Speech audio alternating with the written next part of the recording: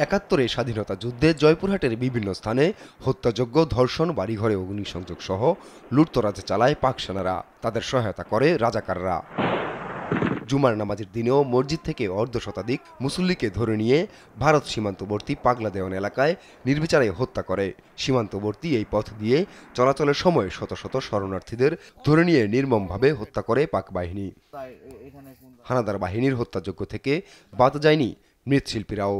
সদর উপজেলার করইকাদিপুর গ্রামে হিন্দু সম্প্রদায়ের ৩৭১ জনকে সারিবদ্ধভাবে দাঁড় করিয়ে নির্মমভাবে গুলি করে হত্যা করে তারা। আগুন দেয়া হয় বাড়িঘরে। মেলায় মানুষ মারিছে, আমার বাড়িতেও মারিছে। তারপর আমার পাট কুয়াত পানি খাওয়ানো, সে পানিত মরা আসলো, ওই কুয়া বন্ধ করে দিয়ে আবার অন্য জায়গা কুয়া করে পানি খাইছি। মানুষগুলো মারে, এটে খাল খুঁড়ে। 14 ডিসেম্বর এটা একদিনে শুধুমাত্র এই অনুষ্ঠানটি হয়, তাছাড়া অবহেলিত থাকে। এখানে যে একটা পাঠাগার রয়েছে সেই সম্পর্কে একটু উদ্যোগ নেন, যাতে আগামী প্রজন্ম এই বৌদ্ধভূমি সম্পর্কে জানতে পারে। তবে 2 যুগ আগে প্রায় 35 একর জমিতে পাগলা দেওয়ান বৌদ্ধভূমি নির্মাণ হলেও এখনও অধিগ্রহণের টাকা পাননি বলে জানান জমির মালিকরা। রক্ষণাবেক্ষণেও রয়েছে নানা অনিয়ম। অধিগ্রহণের যে ক্ষতিপূরণের পয়সা সাধারণ কৃষক, আমিও একজন ভুক্তভোগী, আমারও জমি এখানে 10-12% অধিগ্রহণে আছে। আমরা আসলে বারংবার আমরা জেলা প্রশাসক মহোদয়, জয়পুরহাট জেলা প্রশাসক মহোদয়ের কাছে গেছি। উনি আসলে মন্ত্রণালয়ে কথা বলে, ওই পর্যন্তই সীমাবদ্ধ থাকে, কিন্তু এখনো পর্যন্ত এই জমির ক্ষতিপূরণের টাকা আমরা পাই নাই। বারবার আবেদন করছে, আমরা ডিসি অফিস পর্যন্ত গেছি, আমরা ঢাকা মন্ত্রণালয় অফিস পর্যন্ত গেছি, তা আমরা কোনো টাকা পাইনি। স্বাধীনতার 53 বছর পরও পরিপূর্ণ বাস্তবায়ন হয়নি মহান মুক্তিযুদ্ধের আকাঙ্ক্ষা। তবে ছাত্র জনতার অভ্যুত্থানের পর মুক্তিযুদ্ধের প্রকৃত চেতনায় দেশ পুনর্গঠিত হবে, এমনটাই প্রত্যাশা বীর মুক্তিযোদ্ধাদের।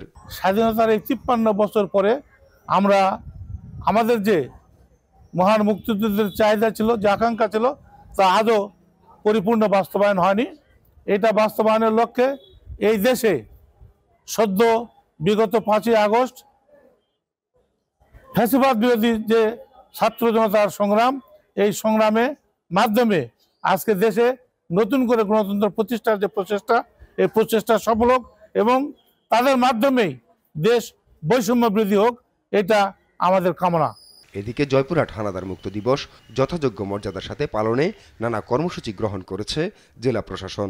14 ডিসেম্বরে আমাদের জয়পুরহাট জেলা হানাদার মুক্ত দিবস এবং শহীদ বুদ্ধিজীবী দিবস, উভয় দিবস আমরা যথাযথ মর্যাদায়, যথাযথ সম্মানের সাথে পালন করব, সেই লক্ষ্যে আমরা কার্যক্রম গ্রহণ করছি। পাক সেনারা করইকাদিপুরে 371 জনকে হত্যা করলেও তালিকা রয়েছে মাত্র 121 জনের। পাগলা দেওয়ানে আছে মাত্র 17 জনের কবর।